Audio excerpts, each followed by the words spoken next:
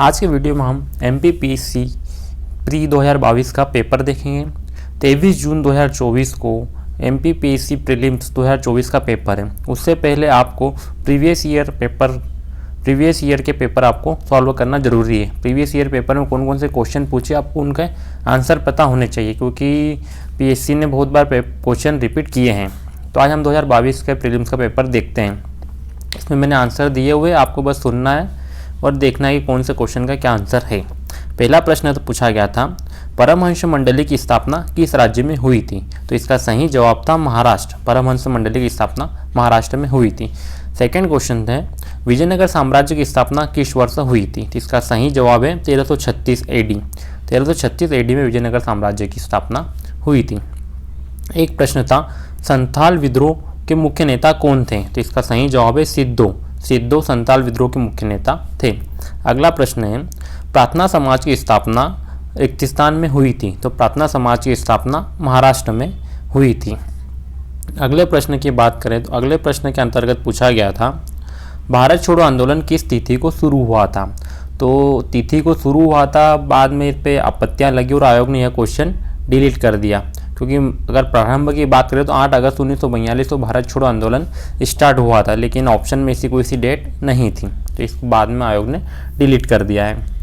अगले प्रश्न की बात करें तो प्रश्न था, पोथी पढ़ पढ़ जगमुआ पंडित भयाना कोय, ढाई आखर प्रेम का पढ़े सो पंडित होय।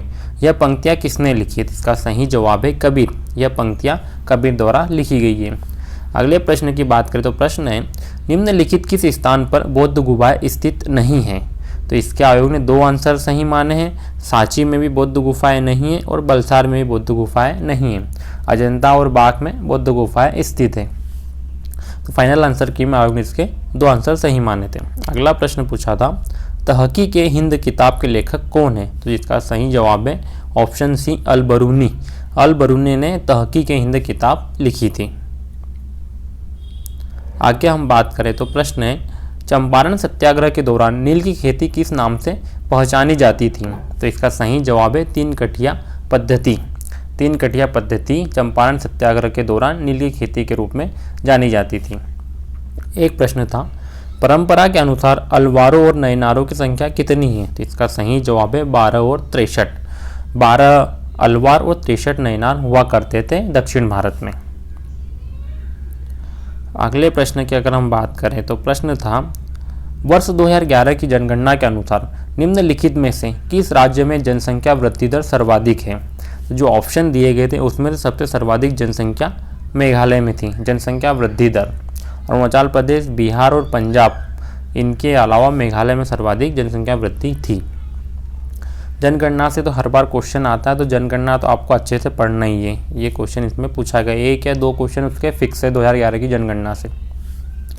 अगला प्रश्न है, 90 ईस्ट रीच निम्नलिखित में से कौन से महासागर में स्थित है? 90 डिग्री पूर्व रीच। इसका सही जवाब है हिंद महासागर में। 19 ईस्ट रीच हिंद महासागर में स्थित है। अगले प्रश्न की बात करें तो अगला प्रश्न था, दक्षिण पूर्व एशिया की सीमा पार नदी मेकोंग निम्नलिखित में से किस देश से नहीं गुजरती है? पेपर सॉल्व करते समय आपको जो क्वेश्चन है उसको शांति से पढ़ना है, और अगर नहीं है क्वेश्चन में तो उसको अंडरलाइन करना है कि इसमें नहीं पूछा है। तो मेकोंग नदी किस देश से नहीं गुजरती? इसका सही जवाब है बांग्लादेश। बांग्लादेश से यह नहीं गुजरती है। कंबोडिया, वियतनाम और लाओस से, इन 3 देशों से मेकोंग नदी गुजरती है। अगला प्रश्न है, एशिया में निम्नलिखित में से कौन सा देश स्थलरुद्ध लैंडलॉक्ड देश नहीं है? यहाँ भी नहीं पूछा है, तो नहीं को अंडरलाइन कर लो और देखो कौन सा नहीं है। तो थाईलैंड नहीं है। थाईलैंड के पास बीच समुद्र टच होता है। नेपाल लैंडलॉक्ड है, लाओस लैंडलॉक्ड है और भूटान भी लैंडलॉक्ड है।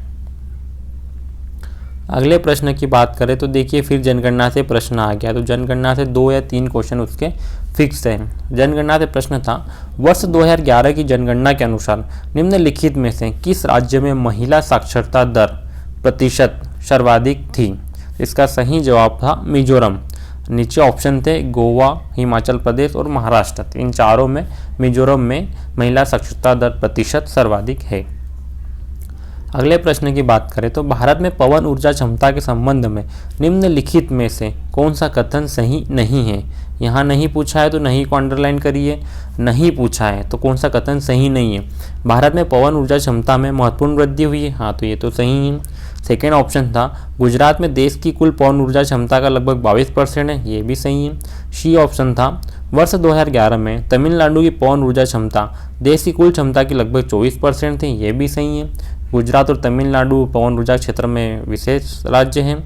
और चौथा ऑप्शन है पवन ऊर्जा क्षमता में मध्य प्रदेश का देश में तीसरा स्थान है, तो ये ऑप्शन गलत है, ऑप्शन डी गलत है, ये सही नहीं है। पवन ऊर्जा में मध्य प्रदेश का क्या कौन सा स्थान है देख लेना आप।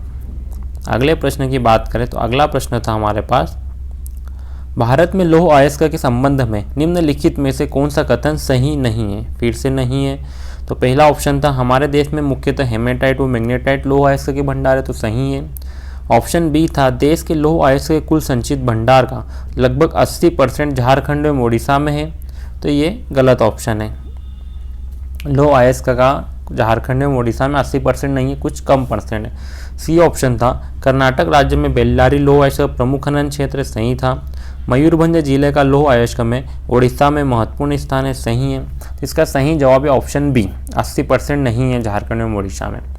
अगला प्रश्न है एटलस और अक्ष के मध्य पाए जाने वाले जोड़ पिवोट को क्या कहते हैं। एटलस और अक्ष के मध्य पाए जाने वाले जोड़ पिवोट को सिनोवियल जोड़ कहते हैं, तो इसका सही जवाब हो जाएगा ऑप्शन डी।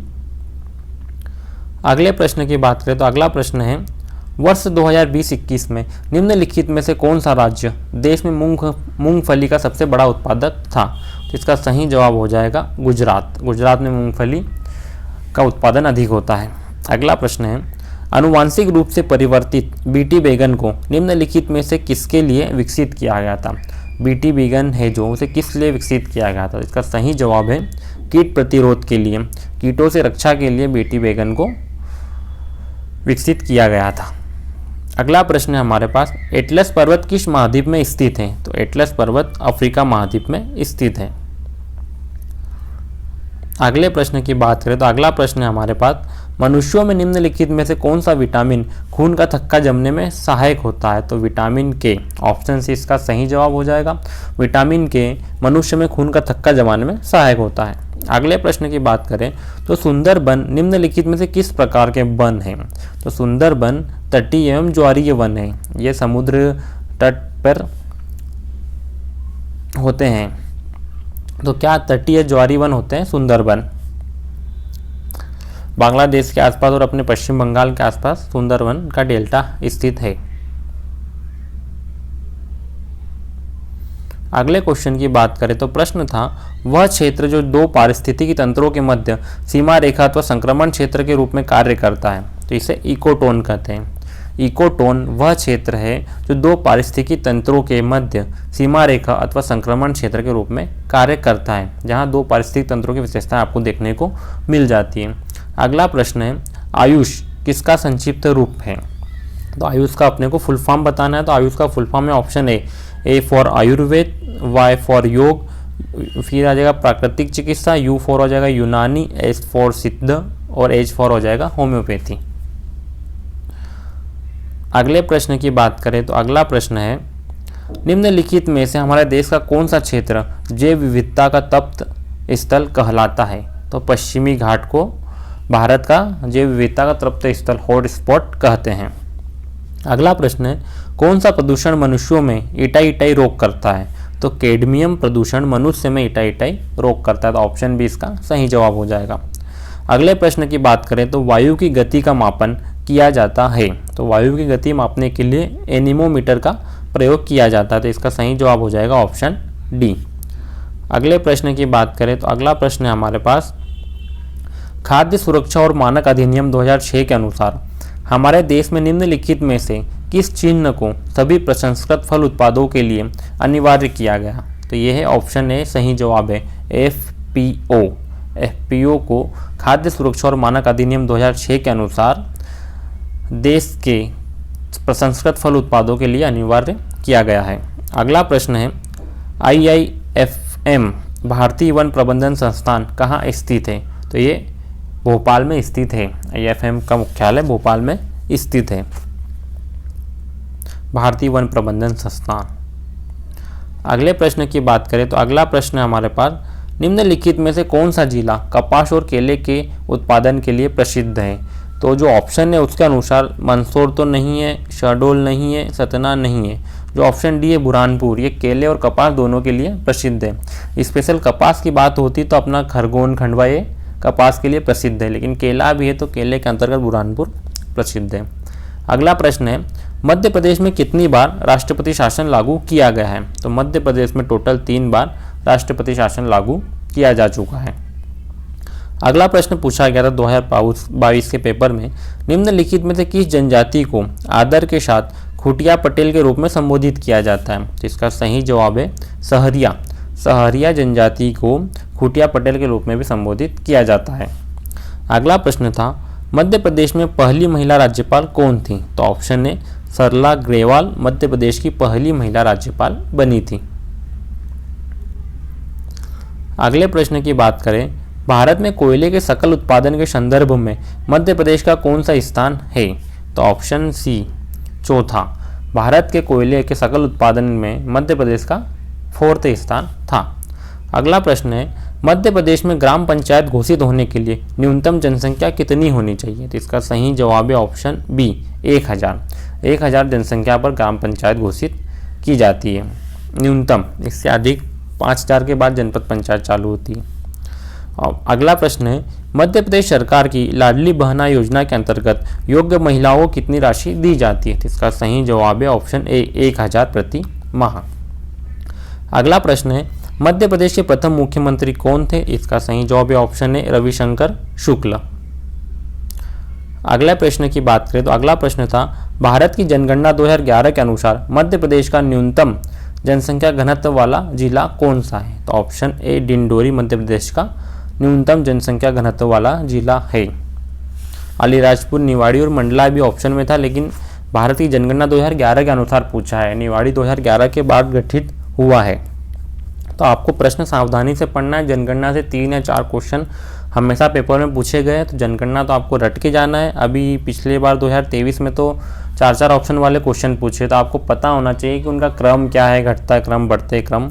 जनगणना अच्छे से करके जाइए।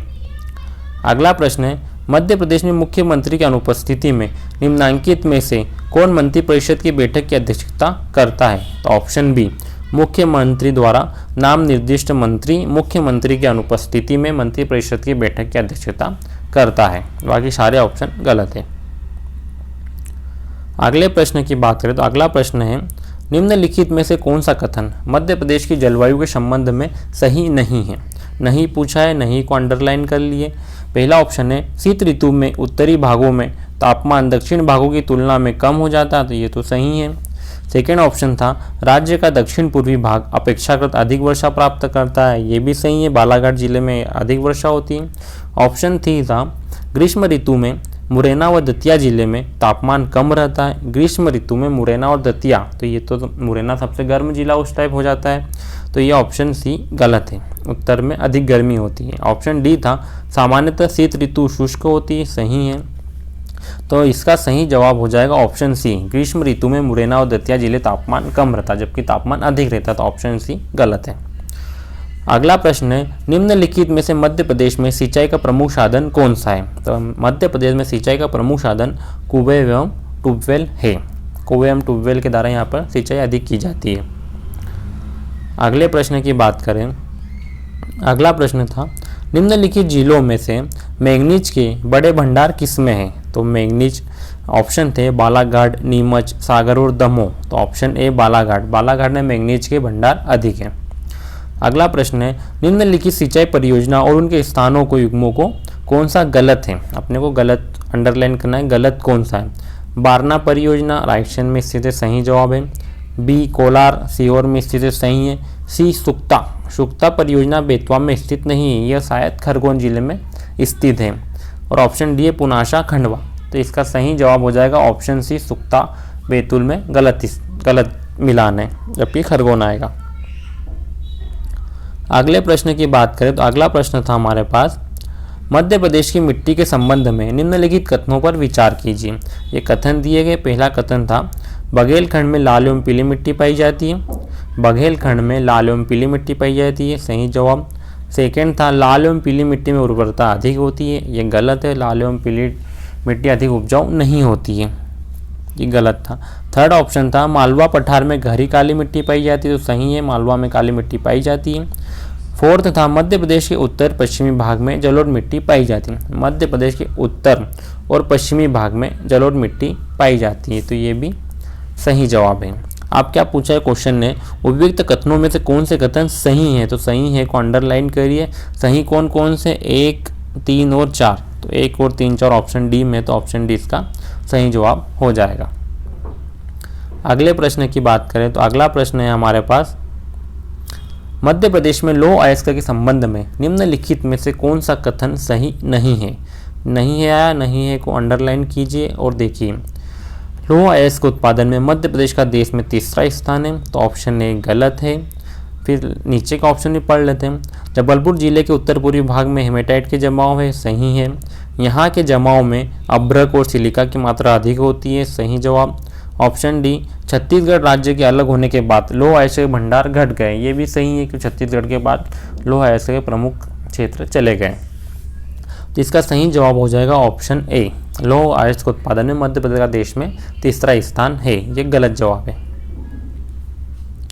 अगले प्रश्न की बात करें तो अगला प्रश्न है, अखरानी और मथवार पहाड़ियों के मध्य निम्नलिखित में से किस नदी ने गहरी कंदरा बनाई है, तो इसका सही जवाब हो जाएगा ऑप्शन डी नर्मदा।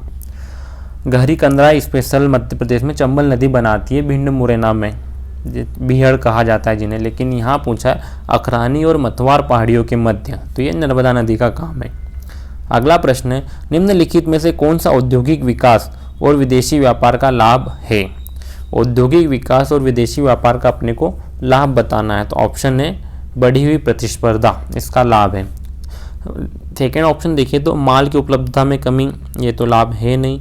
आर्थिक विकास में कमी, ये भी लाभ नहीं। उच्च बेरोजगारी दर, ये भी लाभ नहीं है। अगर औद्योगिक विकास हो रहा तो बेरोजगारी दर घटेगी, आर्थिक विकास बढ़ेगा और माल की उपलब्धता में वृद्धि होगी। अगले प्रश्न की बात करें तो प्रश्न है, बीना नदी निम्नलिखित नदियों में से किसकी सहायक नदी है, तो बीना नदी बेतवा की सहायक नदी है, तो ऑप्शन है सही जवाब। अगला प्रश्न है, किस वर्ष रिजर्व बैंक का राष्ट्रीयकरण किया गया था। 1949 में रिजर्व बैंक आरबीआई का राष्ट्रीयकरण किया गया था। अगले प्रश्न की बात करें तो अगला प्रश्न था हमारे पास, भौगोलिक क्षेत्रफल के प्रतिशत के रूप में निम्नलिखित में से किस जिले का वन क्षेत्र सर्वाधिक है, तो ऑप्शन के अनुसार रतलाम, श्योपुर, उज्जैन और इंदौर में से श्योपुर का वन क्षेत्र सर्वाधिक है। श्योपुर का भौगोलिक क्षेत्रफल के प्रतिशत के रूप में निम्नलिखित में से किस जिले का वन क्षेत्र सर्वाधिक है, तो श्योपुर का सर्वाधिक है। वन रिपोर्ट भी आपको अच्छे से करके जानिए, वन रिपोर्ट से भी क्वेश्चन पूछे जाते हैं। अगला प्रश्न है हमारे पास, भारतीय संविधान के किस अनुच्छेद के अनुसार भारत का राष्ट्रपति मुख्य न्यायाधीश की परामर्श से किसी उच्च न्यायालय के न्यायाधीश को एक न्यायालय से दूसरे न्यायालय में स्थानांतरण करता है, तो भारतीय संविधान का अनुच्छेद 222 इसका सही जवाब हो जाएगा। अनुच्छेद 222 के अंतर्गत भारत का राष्ट्रपति मुख्य न्यायाधीश के परामर्श से किसी उच्च न्यायालय के न्यायाधीश को एक अन्य न्यायालय में दूसरे न्यायालय में स्थानांतरित कर सकता है। एक न्यायालय से दूसरे न्यायालय में स्थानांतरण के लिए अनुच्छेद 222 दिया गया है। अगला प्रश्न है, निम्नलिखित में से कौन सा जिला वर्षा ऋतु में अधिक वर्षा प्राप्त करता है, तो पहला ऑप्शन है नरसिंहपुर, मंदसौर, मंडला और छतरपुर। तो हमको ये देखना है कि मध्य प्रदेश ये जो जिले दिए गए इनके अंतर्गत पश्चिम के साइड कौन कौन से जिले स्थित हैं। दक्षिण पश्चिम में तो सबसे दक्षिण पश्चिम में स्थित मंडला जिला है, जबलपुर के आसपास, क्योंकि बालाघाट के आसपास अधिक वर्षा होती है, तो इसका सही जवाब हो जाएगा ऑप्शन सी मंडला। अगले प्रश्न की बात करें तो अगला प्रश्न पूछा गया था, किसने कहा था संविधान सभा अकेले ही देश के लिए एक स्वदेशी संविधान का निर्माण कर सकती है तथा सही मायने में और पूरी तरह से लोगों की इच्छा का प्रतिनिधित्व कर सकती है, तो यह कथन महात्मा गांधी ने कहा था। अगला प्रश्न है, भारत के राष्ट्रपति की क्षमादान की शक्ति इस अनुच्छेद से प्राप्त होती है। तो अनुच्छेद 72 ऑप्शन ए, अनुच्छेद 72 के अंतर्गत राष्ट्रपति की क्षमादान शक्ति वर्णित है। अगले प्रश्न की बात करें तो अगला प्रश्न था, नेहरू ने संविधान सभा में उद्देश्य प्रस्ताव कब प्रस्तुत किया? नेहरू ने संविधान सभा में उद्देश्य प्रस्ताव ऑप्शन डी 13 दिसंबर 1946 को प्रस्तुत किया। उसके बाद उद्देश्य प्रस्ताव पर चर्चा प्रारंभ हुई। अगला प्रश्न है, मौलिक अधिकारों के बारे में निम्नलिखित शब्द किसने कहे? शब्द थे, एक मौलिक अधिकार को उस क्षण की किसी विशेष कठिनाई के दृष्टिकोण से नहीं देखा जाना चाहिए, बल्कि एक ऐसी चीज के रूप में जिसे आप संविधान में स्थायी बनाना चाहते हैं। यह कथन जवाहरलाल नेहरू का है। जवाहरलाल नेहरू ने कहा था, एक मौलिक अधिकार को उस क्षण की किसी विशेष कठिनाई के दृष्टिकोण से नहीं देखा जाना चाहिए, बल्कि एक ऐसी चीज के रूप में जिसे आप संविधान में स्थायी बनाना चाहते हैं देखते हैं। जवाहरलाल नेहरू का कथन था। अगला प्रश्न था, भारतीय संविधान का 51वां संविधान संशोधन क्या कहता है? तो यह 91वां संविधान संशोधन मंत्रिपरिषद की संख्या को सीमित करता है। तो ऑप्शन ए इसका सही जवाब हो जाएगा। अगला प्रश्न है हमारे पास, भारतीय संविधान का कौन सा अनुच्छेद राष्ट्रपति के महाभियोग से संबंधित प्रावधानों को प्रदान करता है? इसका सही जवाब हो जाएगा ऑप्शन सी, अनुच्छेद 61 महाभियोग की प्रक्रिया का वर्णन करता है। अगला प्रश्न है, किस अधिनियम ने प्रांतों में द्वैत शासन प्रणाली की स्थापना की? इसका सही जवाब हो जाएगा ऑप्शन बी, 1919 का भारत सरकार अधिनियम के द्वारा प्रांतों में द्वैत शासन प्रणाली की स्थापना की गई थी।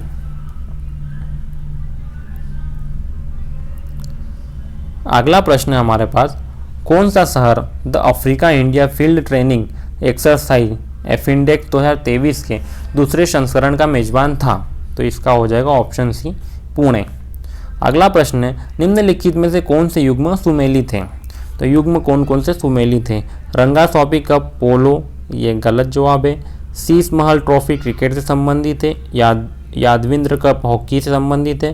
रोवर्स कप फुटबॉल से संबंधित है। तो ऑप्शन ए गलत है। तो कौन से ऑप्शन में? ऑप्शन बी में एक नहीं है, तो ऑप्शन बी इसका सही जवाब हो जाएगा। 2, 3, 4 सही सुमेलित है।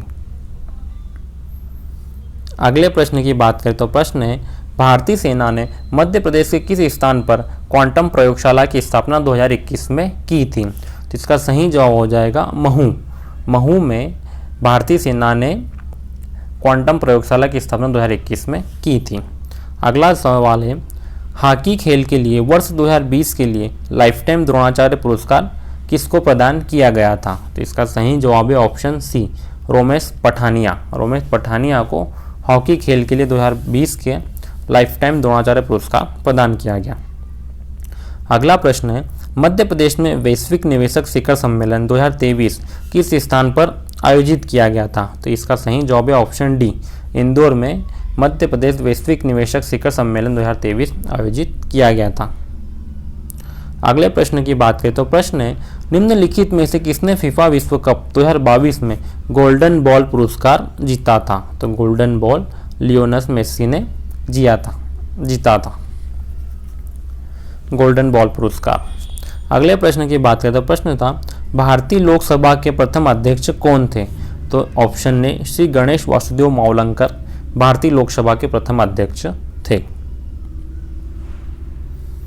अगला प्रश्न था, खाद्य और कृषि संगठन FAO का मुख्यालय निम्नलिखित में से किस शहर में स्थित है? तो रोम में FAO का मुख्यालय स्थित है।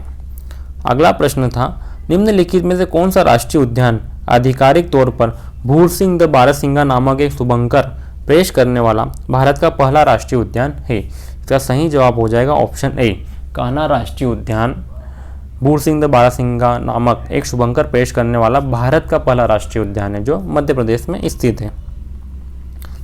अगले प्रश्न की बात करें तो प्रश्न है हमारे पास, 2017 से आरंभ सौभाग्य योजना निम्नलिखित में से किस मंत्रालय से संबंधित है? तो इसका सही जवाब हो जाएगा ऑप्शन बी, विद्युत मंत्रालय। सौभाग्य योजना विद्युत मंत्रालय से संबंधित है।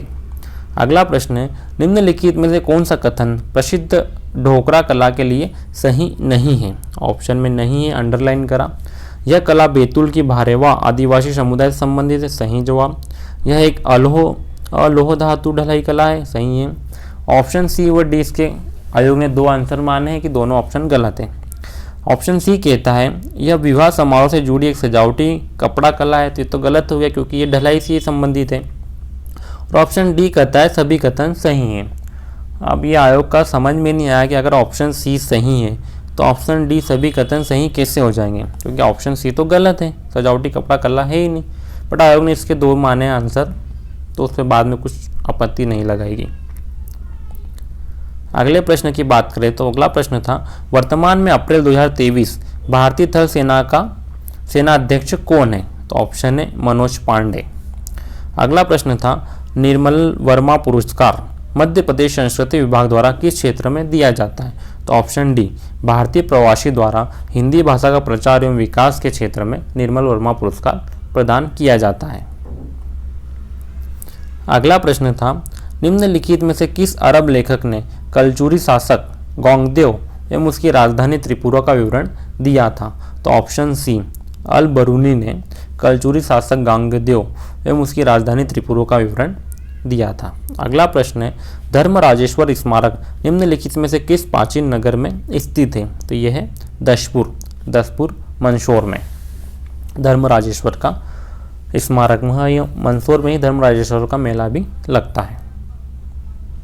अगले प्रश्न की बात करें प्रसिद्ध स्वतंत्रता सेनानी भागीरथ सिलावट शहादत खान एवं वंश गोपाल का संबंध निम्नलिखित में से किस स्थान से है, तो यह हो जाएगा ऑप्शन बी इंदौर से। 1857 की क्रांति से शायद संबंधित थे।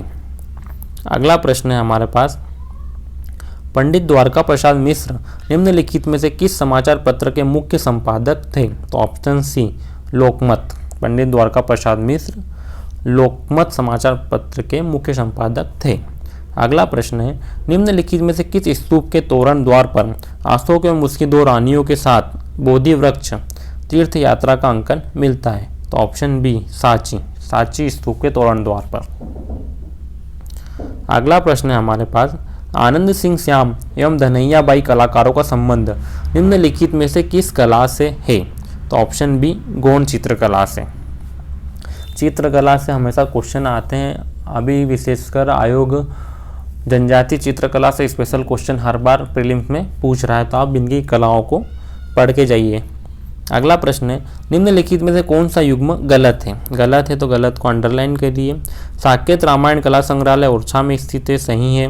प्रेमचंद्र सृजन पीठ उज्जैन में स्थित है, सही है। मुक्ति बोध सृजन पीठ सागर में स्थित है, सही है।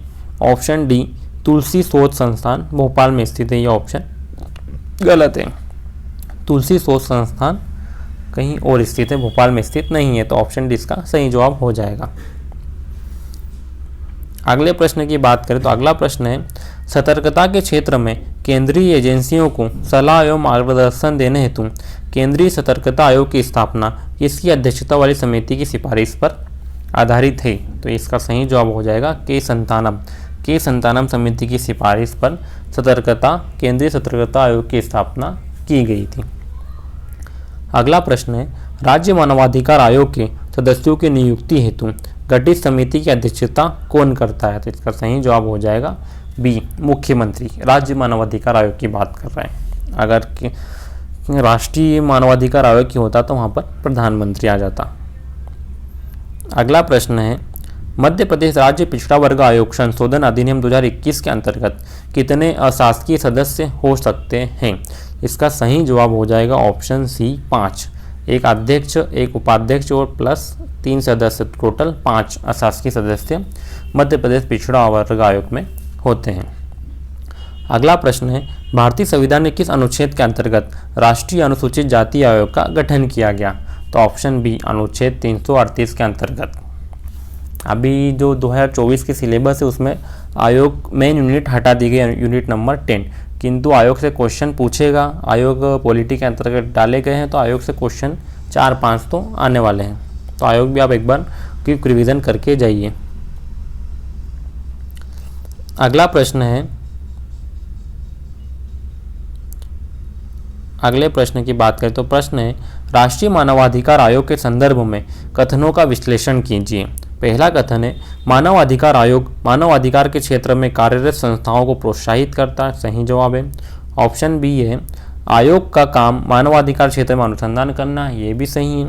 निम्नलिखित में से उत्तर दीजिए। आयोग ने इसके दो आंसर सही माने। ऑप्शन सी कथन 1 और कथन 2 की कथन 2 की सही व्याख्या करता है, और ऑप्शन डी दोनों कथन फर्स्ट और सेकंड सत्य हैं। तो दोनों कथन आयोग ने ऑप्शन सी व डी दोनों सही माने।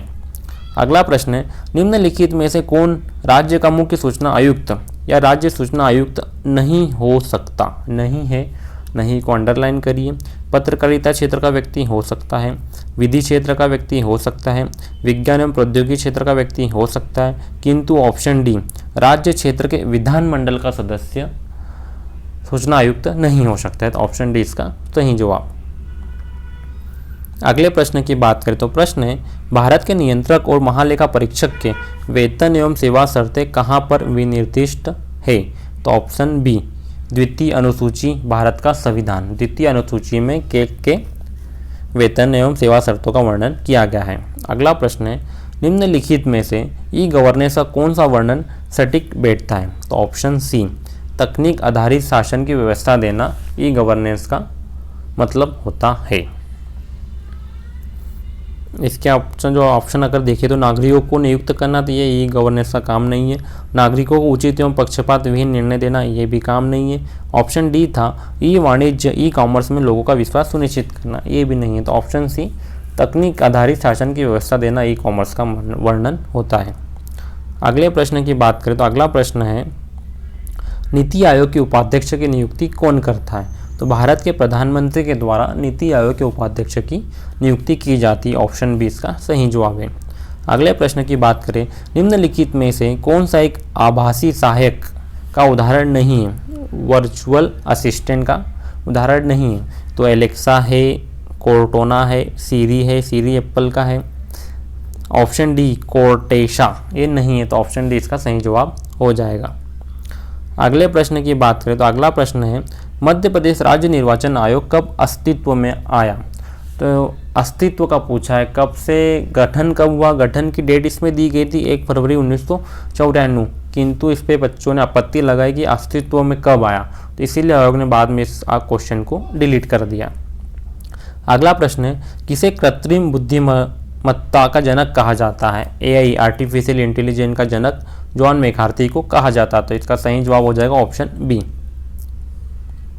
अगला प्रश्न है, संघ तथा राज्यों के लिए लोक सेवा आयोग का प्रावधान संविधान के किस अनुच्छेद में किया गया? तो ऑप्शन बी अनुच्छेद 315 के अंतर्गत संघ तथा राज्यों के लिए लोक सेवा आयोग का प्रावधान किया गया है। अगला प्रश्न है, साइबर सुरक्षा की विशेषता है? तो साइबर सुरक्षा की विशेषता है अनुपालन, आंतरिक खतरों से प्रतिरक्षा, खतरों की रोकथाम। तो ऑप्शन डी उपयुक्त सभी ऑप्शन सही है। अगले प्रश्न की बात करें तो देश की सीमाओं से परे ई कॉमर्स का कौन सा आयाम व्यापार के लिए सक्षम है? तो विश्वव्यापी पहुंच, ऑप्शन से इसका सही जवाब हो जाएगा। बाकी ऑप्शन अमीरी तो लेना देना है नहीं। अंतर्क्रियाशीलता, सर्वविद्यमानता, ऑप्शन सी सही जवाब हो जाएगा कि देश की सीमाओं से परे ई कॉमर्स का कौन सा आयाम व्यापार के लिए सक्षम है? विश्वव्यापारी पहुंच। और अगला प्रश्न है, निम्नलिखित डायोड में से कौन सा अत्यंत उच्च गति स्विचिंग इलेक्ट्रॉनिक परिपथ में प्रयोग किया जाता है? तो ऑप्शन सी टनल डायोड इसका सही जवाब हो जाएगा। अगला प्रश्न पूछा गया था, निम्नलिखित में से कौन सा रोबोट का फायदा नहीं है? तो रोबोट के फायदे की बात करें तो वह असमर्थ मनुष्यों की मदद कर सकता है, सही फायदा है।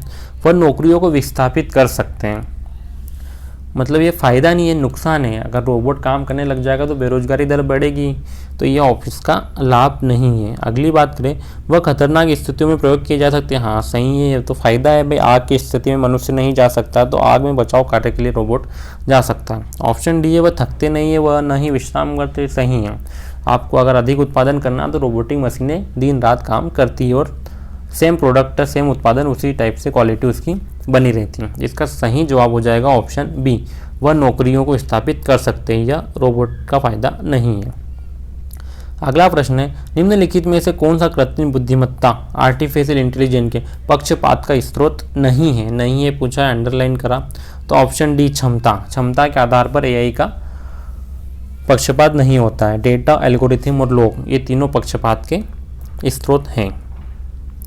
अगला प्रश्न है, सोशल मीडिया अनुकूलन क्या है? तो ऑप्शन ए सोशल नेटवर्क द्वारा आसानी से प्रचार करना सोशल मीडिया अनुकूलन कहलाता है। आखिरी प्रश्न है, इलेक्ट्रॉनिक उपकरणों में निम्नलिखित में से कौन सी तकनीक इलेक्ट्रॉन होल युग्म पैदा करने में प्रयोग नहीं की जाती है। नहीं का पूछा है तो नहीं को अंडरलाइन करो। तो मतलब तापीय संक्रियता प्रयोग की जाती है, संघट्ट आयनीकरण प्रयोग किया जाता है, प्रकाशीय सक्रियता प्रयोग की जाती है। ऑप्शन डी अशुद्ध अंतःक्षेप ये प्रयोग में नहीं आती है इलेक्ट्रॉन होल युग्म पैदा करने में। तो इसका सही जवाब हो जाएगा ऑप्शन डी। हाँ तो दोस्तों हमारा 2022 प्रीलिम्स का पेपर हमारा हो गया। आप इसको एक बार सुन लेना कि किसका क्या जवाब सही है। क्वेश्चन कट कॉपी पेस्ट हो जाते हैं या इसी क्वेश्चन के आधार पर आसपास के क्वेश्चन पूछे जाते हैं। 2023 का क्वेश्चन में पहले करवा चुका प्रीलिम्स का पेपर या 22 का, इसके बाद 21, 20 और 19 के भी पेपर हम सॉल्व करेंगे। Okay, thank you.